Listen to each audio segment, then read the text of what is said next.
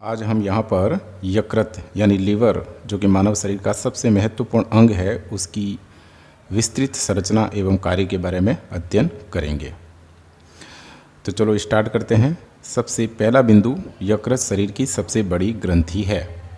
अब यहाँ पर प्रश्न आता है कि ग्रंथि किसे कहते हैं। तो ग्रंथि विशिष्ट कोशिकाओं का एक समूह होता है और जिससे कोई विशिष्ट रासायनिक पदार्थ भी बनता है और वो स्रावित भी होता है। ग्रंथियाँ जो होती हैं वो दो प्रकार की होती हैं, एक अंतःस्रावी ग्रंथि और दूसरी बहिःस्रावी ग्रंथि। अंतःस्रावी ग्रंथियाँ जो होती है इनसे बनने वाला रासायनिक पदार्थ अपने टारगेट तक सीधा रक्त के द्वारा जाता है, अर्थात इनमें नलिकाएं नहीं होती है। जबकि बहिःस्रावी ग्रंथियों के द्वारा बनने वाला रासायनिक पदार्थ अपने टारगेट तक किन्हीं नलिकाओं के द्वारा जाता है। थायराइड ग्रंथि, एड्रिनल ग्रंथि, पीनियल ग्रंथि ये सभी अंतःस्रावी ग्रंथियां हैं जिनसे हार्मोन स्रावित होता है। और पसीना स्रावित करने वाली ग्रंथि, लार ग्रंथि, तेल स्रावित करने वाली ग्रंथि ये सभी बहिःस्रावी ग्रंथियां हैं। आज हमारा टॉपिक यहाँ पर यकृत है। और यकृत किस प्रकार की ग्रंथि है, क्या यह बहिःस्रावी है या अंतःस्रावी? तो इसका उत्तर है यकृत बहिःस्रावी ग्रंथि है। और सबसे बड़ी बात कि यह शरीर की सबसे बड़ी ग्रंथि है। यकृत के संबंध में दूसरा पॉइंट, यकृत शरीर का दूसरा बड़ा अंग है। शरीर के अंदर हार्ट, किडनी, ब्रेन ऐसे कई सारे ऑर्गन होते हैं, तो उन ऑर्गन में सबसे बड़ा अंग है त्वचा। आपको जान करके हैरानी होगी कि त्वचा भी एक अंग है और ये शरीर का सबसे बड़ा अंग है। और दूसरा बड़ा अंग है यकृत। अब हम देखते हैं यकृत का वजन। तो यकृत का वजन लगभग 1500 ग्राम होता है, यानी कि 1.5 किलो के लगभग। हम यूँ भी कह सकते हैं कि इसका वजन मस्तिष्क के लगभग बराबर होता है, हालांकि थोड़ा ज़्यादा, क्योंकि मस्तिष्क का वजन कितना होता है 1400 ग्राम। अब मैंने यहाँ 1500 ग्राम बताया, इसका मतलब ये नहीं कि एग्जैक्ट 1500 ग्राम होगा, ये वेरिएशन करता है व्यक्ति की साइज पर, उसके आमाप पर। जैसे महिलाओं के शरीर का आमाप छोटा होता है तो निश्चित रूप से उसमें इसका वजन कम होगा। अब नेक्स्ट क्वेश्चन या पॉइंट, यकृत शरीर में कहाँ स्थित होता है। तो यकृत देखिए, ये वक्ष भाग है, ये उदर भाग है। वक्ष और उदर इन दोनों भागों को पृथक करने वाली जो संरचना है इसे हम डायफ्राम कहते हैं। तो यकृत इस डायफ्राम के नीचे एब्डोमेन भाग में स्थित होता है। और ये जो एब्डोमेन भाग है, ये जो एब्डोमेन है वो 4 भागों में बटा हुआ है। ऊपर वाले 2 भाग और नीचे भी 2 भाग है, यानी टोटल 4 भाग हैं। इस भाग को कहते हैं अपर राइट क्वाड्रेंट, ये लेफ्ट क्वाड्रेंट, और ये लोअर राइट क्वाड्रेंट, नीचे है लोअर लेफ्ट क्वाड्रेंट। तो यकृत डायफ्राम के नीचे एब्डोमेन यानी कि उदर गुहा में अपर राइट क्वाड्रेंट में स्थित होता है। तो ये हो गई यकृत के संबंधित कुछ ऊपर की सामान्य ज्ञान संबंधित बातें। अब हम यकृत की विस्तृत संरचना के बारे में पढ़ेंगे। जैसा कि आपको चित्र में दिख रहा है कि यकृत की संरचना में 2 ऊपर से देखते हैं तो 2 पालियाँ दिखाई दे रही है, 2 लोब्स दिखाई दे रही हैं, एक लेफ्ट साइड की और एक राइट साइड की। अगर यकृत को हम नीचे से देखें तो नीचे इन 2 लोब्स के अलावा 2 लोब्स और होती है, जिन्हें हम क्यूडेट और क्वाड्रेट कहते हैं। ऊपर से देखने पर जो यकृत का उत्तल भाग है, ऊपर का भाग, उससे हमें 2 लोब दिखाई दे रही है, जिसको हम क्रमशः राइट लोब और लेफ्ट लोब कहते हैं। नीचे से यकृत में कितनी लोब दिखाई दे रही है? 4। राइट और लेफ्ट तो है ही है, प्लस 2 और है, क्यूडेट और क्वाड्रेट। ऊपर की दोनों लोब्स को पृथक करने वाली ये जो संरचना दिखाई दे रही है, इसको हम फैल्सीफॉर्म लिगामेंट बोलते हैं, जो कि एक संयोजी ऊतक है। अब जैसा कि चित्र में दिख रहा है, लीवर चारों तरफ से एक संयोजी ऊतक से बने हुए आवरण के द्वारा ढका हुआ रहता है। इस बाह्य आवरण को ग्लीसन कैप्सूल कहते हैं।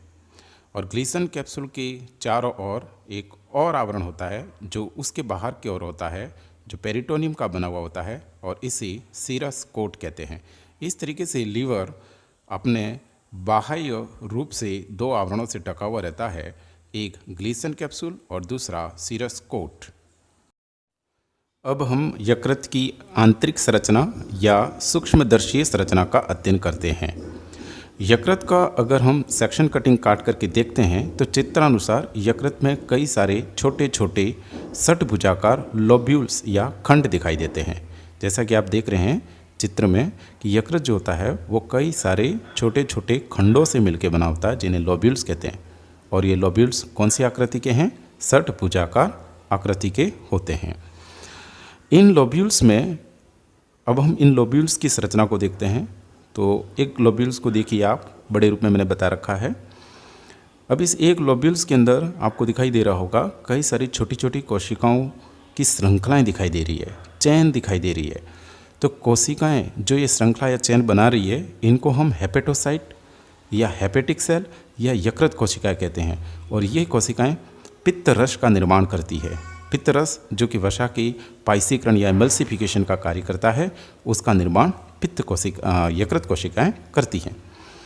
इन यकृत कोशिकाओं के द्वारा बनने वाला ये पित्त वाहिनी के द्वारा ये जो षटभुजाकार आकृति दिखाई दे रही है, इस षटभुजाकार आकृति के प्रत्येक कोने के ऊपर एक पोर्टल ट्रायड, पोर्टल त्रिक नाम की एक संरचना पाई जाती है, उसमें आकर के खुलता है। यानी यकृत कोशिकाओं हेपेटोसाइट के द्वारा बनने वाला पित्त वाहिनी के द्वारा पोर्टल त्रिक के ऊपर आकर के खुलता है। ठीक है, इस पोर्टल त्रिक में, इस पोर्टल ट्रायड में 3 वाहिनियाँ पाई जाती है। एक ये जो अभी आई है वो पित्त वाहिनी, और 2 वाहिनियाँ इस लोब्यूल्स के अंदर जाती है। पित्त वाहिनी तो लोब्यूल्स के अंदर से आ रही है, 2 वाहिनियाँ जो अभी मैं बताने जा रहा हूँ वो दोनों इस लोब्यूल्स के अंदर या इस खंड के अंदर जा रही है। और ये दोनों रक्त वाहिनियाँ हैं। एक का नाम है पोर्टल वेन यानी कि पोर्टल सीरा, और दूसरे का नाम है हेपेटिक आर्टरी। अब ये दोनों ब्लड वेसल्स यानी पोर्टल वेन तथा हेपेटिक आर्टरी दोनों आपस में मिलकर लोब्यूल्स में प्रवेश करती हैं। लोब्यूल्स में गुजरते हुए ये लोब्यूल्स के केंद्र में, जो कि आपको एक रिंग जैसी संरचना दिखाई दे रही है, गोलाकार छोटी सी रिंग, इस रिंग में आकर के खुलती है और इस रिंग को बोलते हैं हेपेटिक वेन। ये हेपेटिक वेन सारे ब्लड को ले जा करके, सभी इस तरीके के जो लोब्यूल्स दिखाई दे रहे हैं, क्योंकि इसमें कई सारे लोब्यूल्स हैं, तो सभी लोब्यूल्स की हेपेटिक वेन आपस में मिल करके इन्फीरियर वेना केवा यानी कि पश्च महाशिरा में जाकर के खुलती है, और पश्च शिरा इस रक्त को हृदय में ले जाता है। तो वापस आते हैं हम कि पोर्टल ट्रेड के अंदर जो ये 2 ब्लड वेसल्स थी, एक है पोर्टल वेन और दूसरी हेपेटिक आर्टरी, ये दोनों लोब्यूल्स में प्रवेश करती है। और लोब्यूल्स में हेपेटोसाइट्स के मध्य में एक क्वार्टर जैसी संरचना बनाती है। जैसा कि चित्र में दिख रहा होगा, ये हेपेटोसाइट्स कोशिका हैं, और इन हेपेटोसाइट कोशिकाओं के बीच में ये दोनों ब्लड वेसल्स आपस में मिलकर के एक क्वार्टर जैसी संरचना बनाती है। इसे सिनुसोइड कहते हैं। और ये सिनुसोइड जो होता है वो एंडोथेलियम नामक कोशिकाओं के द्वारा आवृत रहता है, और इसके अंदर विशेष प्रकार की कोशिका पाई जाती है, जो कि जीके का सबसे महत्वपूर्ण प्रश्न है। इसमें विशेष प्रकार की इन कोशिकाओं को कहते हैं कुप्फर कोशिकाएं। कुप्फर कोशिकाएं, ये कुप्फर कोशिकाएं भक्षणकारी होती है, यानी फेगोसाइटिक प्रकृति की होती है, जो कि वृद्ध यानी कि परिपक्व लाल रक्त कणिका जो होती है, अब ख़त्म होने वाली लाल रक्त कणिका है, उनको नष्ट करने का कार्य करती है। इसके अलावा जीवाणु को नष्ट करने का काम करती है। इस तरीके से ये भक्षणकारी प्रकृति की होती है। इसी बात को मैं आगे बढ़ाता हूँ कि ये दोनों ब्लड वेसल्स जो अब सिनुसोइड बनाती है, और सिनुसोइड बना करके अब कहाँ जाकर के खुलती है, ये दोनों जाकर के खुलती है सेंट्रल वेन में, सेंट्रल हेपेटिक वेन में खुलती है। और ये जो सेंट्रल हेपेटिक वेन होती है वो कहाँ जाकर खुलती है, पश्च शिरा में, और पश्च शिरा कहाँ जाके खुलती है, हृदय में। इस तरीके से ब्लड यकृत से बाहर निकलता है। अब यहाँ पर इम्पोर्टेंट बात यह है कि यकृत में ब्लड लाने वाली वाहिनियाँ 2 हैं और यकृत से ब्लड ले जाने वाली 1 है। ला कौन कौन रही है? एक तो ला रही है पोर्टल वेन, जो आप देखिए, आप ये जो पोर्टल ट्रायड है उसके अंदर 2 वैन आ रही है ब्लड लेकर के, एक तो पोर्टल वैन और दूसरी हेपेटिक आर्टरी। पोर्टल वैन जो होती है वो कहाँ से आती है? एक्चुअल में ये वैन है, ये सीरा है, इसमें ऑक्सीजनितकृत ब्लड नहीं होता है। इसमें जो रक्त होता है उस रक्त के अंदर कई सारे पोषक तत्व मिले रहते हैं, क्योंकि ये पोर्टल सीरा जो होती है वो पैंक्रियास से यानी अग्नाशय और गैस्ट्रोइंटेस्टाइनल ट्रैक्ट यानी कि आपकी छोटी आंत से आती है। छोटी आंत और अग्नाशय से ये ब्लड लेकर के लीवर में आती है। इस तरीके से छोटी आंत और पेंक्रियास का जो ब्लड है वो सीधा हृदय को नहीं जाता है, पहले यकृत में आता है और यकृत से फिर हृदय को जाता है, यानी वाया यकृत जाता है। इसका महत्व ये है कि अगर आपने कोई जहरीला पदार्थ या कोई भी टॉक्सिक मटेरियल या कोई भी विजातीय पदार्थ आपने खा लिया जो आपके शरीर के लिए उपयोगी नहीं है, तो उसका प्रोसेसिंग एक बार यकृत में होगा। यकृत तय करेगा कि इसका आप क्या करना है। इसलिए जो कुछ भी आपने खाना खाया है वो पचने के बाद एक बार यकृत में जाएगा, वहाँ पर उसका प्रोसेसिंग होगा। प्रोसेसिंग होने के बाद फिर वो आगे का उसका काम होगा।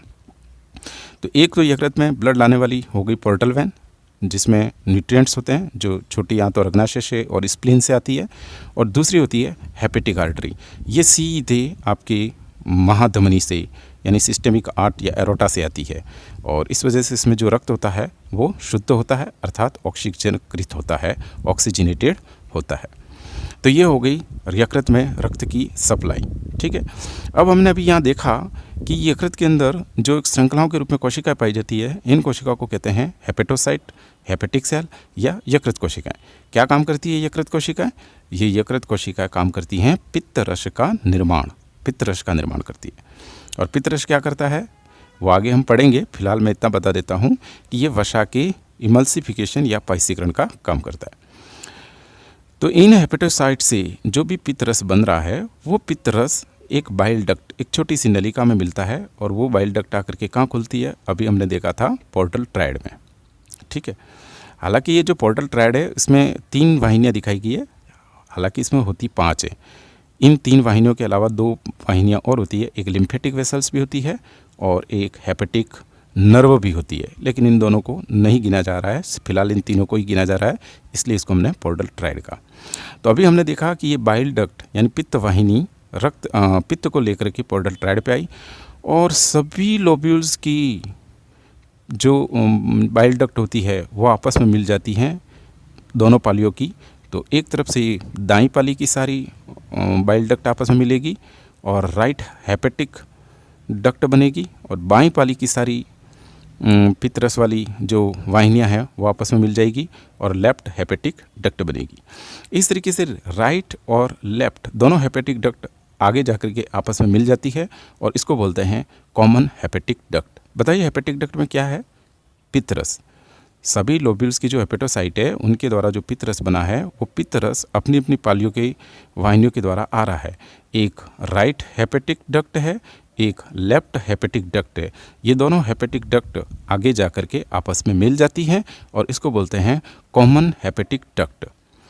अब ये कॉमन हेपेटिक डक्ट जब आगे जाती है तो इसमें एक और वाहिनी आकर के मिलती है, और ये वाहिनी आती है पित्ताशय से। कहाँ से आ रही है? पित्ताशय से, जो कि पित्त रस के एकत्रित करने का और गाढ़ा करने का काम करता है। पित्ताशय अपनी तरफ से कुछ बनाता नहीं है, ये यकृत के द्वारा जो पित्त रस बना है उस पित्त रस को इकट्ठा करता है, गाढ़ा करता है, इसीलिए इसका नाम पित्ताशय है, यानी गॉल ब्लैडर। ये एक तरीके से आशय है, रिजर्वियर है, इकट्ठा करने का काम करता है। तो देखिए कि ये जो कॉमन हेपेटिक डक्ट है वो आगे जाती है, आगे जाने के बाद इसमें एक वाहिनी आकर और मिलती है जो कहाँ से आ रही है? पित्ताशय से आ रही है, और इस वाहिनी का नाम है सिस्टिक डक्ट। Cystic duct. तो इस तरीके से अब सिस्टिक डक्ट और कॉमन हेपेटिक डक्ट दोनों आपस में मिलकर के आगे बढ़ती है, और अब इसका नाम हो जाता है कॉमन बाइल डक्ट। क्या नाम हो जाता है? सह पित्त वाहिनी, कॉमन बाइल डक्ट। अब ये कॉमन बाइल डक्ट आगे जाती है, और आगे जाने के बाद इसमें एक और वाहिनी आकर के मिलती है, और ये वाहिनी आती है अग्नाशय से, और अग्नाशय यानी पेंक्रियास से, और इसको बोलते हैं पेंक्रियाटिक डक्ट। तो इस तरीके से अब कॉमन बाइल डक्ट में और एक वाहिनी आकर मिली जिसका नाम है पेंक्रियाटिक डक्ट। अब इसका नाम हो जाएगा हेपेटो पेंक्रियाटिक डक्ट, और ये हेपेटो पेंक्रियाटिक डक्ट छोटी आंत की ग्रहणी यानी डियोडिनम भाग में जाकर के खुलती है, और वहाँ पर एक अवरोधिनी भी पाई जाती है जो कि इसमें उसको मतलब कंट्रोल करने का काम करती है, उसे ओडी स्फिंक्टर कहते हैं। तो इस तरीके से हमने देखा कि यकृत की हेपेटोसाइट से बना हुआ पित्त रस पित्त वाहिनियों के द्वारा इकट्ठा होता है, फिर दोनों पालियों की हेपेटिक डक्ट आगे जाकर के मिलती हैं, फिर बनती हैं कॉमन हेपेटिक डक्ट। फिर कॉमन हेपेटिक डक्ट में गॉल ब्लैडर से आने वाली सिस्टिक डक्ट मिलती है। फिर इसको बोलते हैं कॉमन बाइल डक्ट यानी सहपित्तवाहिनी। सहपित्तवाहिनी आगे आएगी तो इसमें पेंक्रियास से आने वाली पेंक्रेटिक डक्ट मिलती है और इसको बोलते हैं हेपेटो पेंक्रेटिक डक्ट। और ये हेपेटो पेंक्रेटिक डक्ट छोटी आंत की डियोडिनम यानी ग्रहणी पर आकर खुलती है। यानी इसमें किस किस का रस है? एक तो लीवर से आने वाला पित्त रस है और अग्नाशय से आने वाला अग्नाशय रस है। ये दोनों सम्मिलित रूप से डियोडिनम में यानी ग्रहणी में आकर के खुलते हैं और वहाँ पर एक स्फिंक्टर पाया जाता है जिसे ओडी का स्फिंक्टर कहते हैं। ठीक है, अब ये दोनों रस यहाँ आकर के अपना अपना कार्य करते हैं। इस तरीके से अभी हमने कि विस्तृत संरचना का अध्ययन एवं यकृत में ब्लड सप्लाई तथा पित्तरस किस तरह से यकृत, गॉल ब्लैडर यानी पित्ताशय और अग्नाशय से होता हुआ छोटी आंत की डियोडिनम यानी ग्रहणी में आता है का विस्तार से अध्ययन किया। निश्चित रूप से ये थोड़ा जटिल अध्ययन था, लेकिन आजकल की प्रतियोगी परीक्षाओं में प्रश्नों की गहराइयाँ बढ़ती जा रही हैं, इसलिए इस स्तर तक का हमें पढ़ना जरूरी हो गया है। अब हम यकृत के कार्यों का अध्ययन करेंगे। चूँकि ये वीडियो काफ़ी लंबा हो चुका है, इसलिए यकृत के कार्यों का अध्ययन हम अगले वीडियो में करेंगे। जय हिंद।